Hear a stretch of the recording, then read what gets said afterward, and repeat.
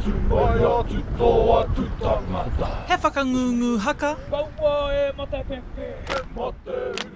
He whakangungu riki hoki te mahi a te Toka Tū o Waitaha. We represent, Waitaha as the whenua, and we really want to take that championship back. The kaupapa is the winner of the day. We'll definitely love to take it home. E whakarite ana te kapa nei mo te whakataetae Pacific Series. He hui ngā riki ka tui o tautahi hei ngā rangi whakatā nei. Koinei te wā tuatoru ka tākaroa Gaius Rewiti ki te whakataetae. Same as like our kaupapa of how we're trying to bring all our Māori together. It's about bringing our community together, our Polynesian brothers and sisters.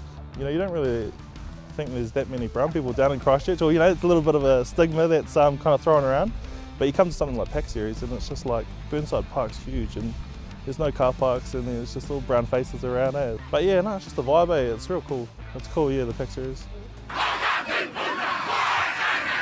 I te taurua mano rua te kaumārua, I toa te kapa tuakana no te karapu nei, engari I te rātau, auare ake. Hei tā te tumuaki a Shane Tamatea o te karapu, e hara I te mea ko te toa anake te mea nui.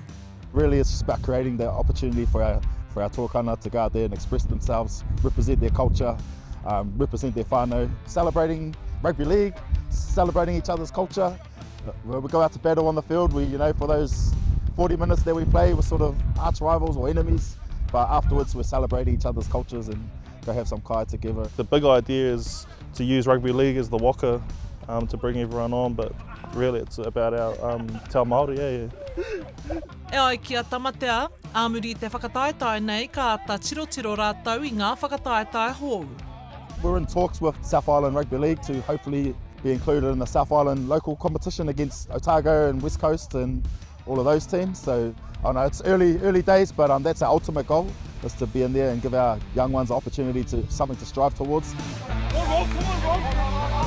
Ka tīmata te whakataetae Pacific Series ki Burnside Park, hei te haurua mai te iwa karaka I te ata nei. Hora Kairangi Nicholas, Tahu News.